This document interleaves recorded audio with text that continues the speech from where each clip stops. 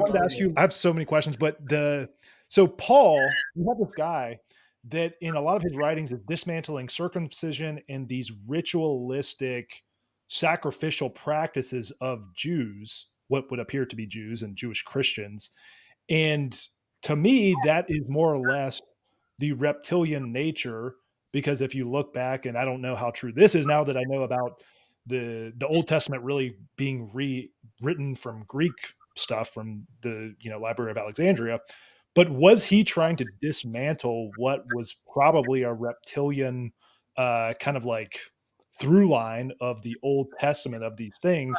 And he was saying, no, this is the wrong way. You don't sacrifice things. You don't do all this stuff. So I've always wondered that, because it was like Christians will comport the Old Testament or conflate the Old Testament and New Testament together. But if you look at Paul, he's trying to say that everything in the Old Testament is like invalidated because of sacrifice and all these like ritualistic practices. Well, before you answer, Laura, what is the purpose of circumcision anyway? I mean, you hear the stories of the rabbis would suck the blood, out, in the ancient days.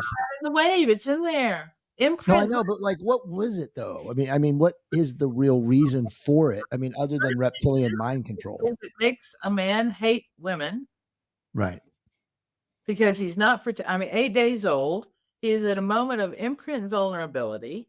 Okay. Somebody comes along and whacks his pee-pee, and don't tell me it doesn't hurt and the babies don't feel pain, because let me tell you what, it's a horrific trauma. In the doctor's office when it was done to a little baby boy, and I nearly passed out from horror at the screams that child made. And they said for years and years that babies don't feel pain. Yeah, and they didn't. My ex-husband's nephew was operated on as an infant, open heart surgery, and all they gave him was paralytics. Jesus.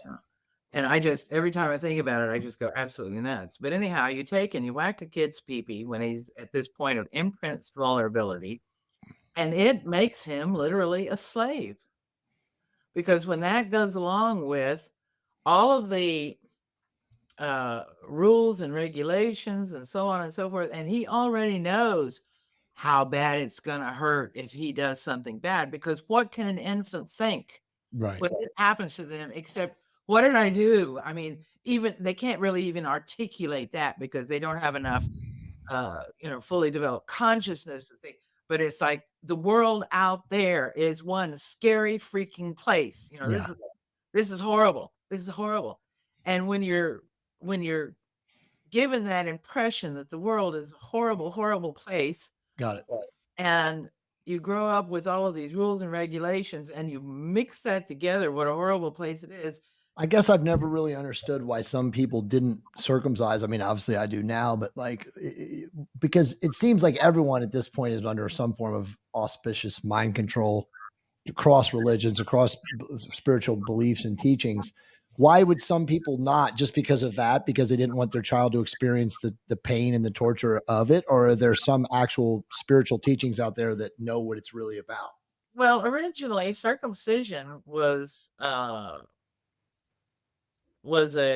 rite performed on priests, and priests of a lot of different types of religions in the Near East in those ancient times.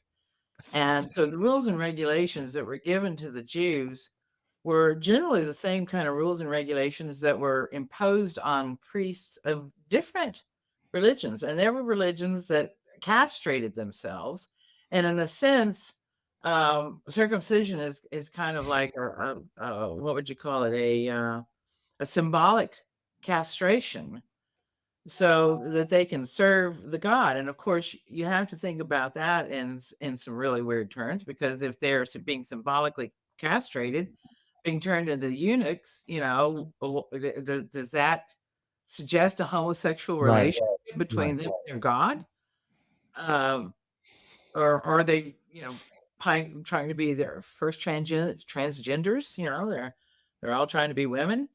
I don't know, but the thing is that these rites and rituals and customs were priestly.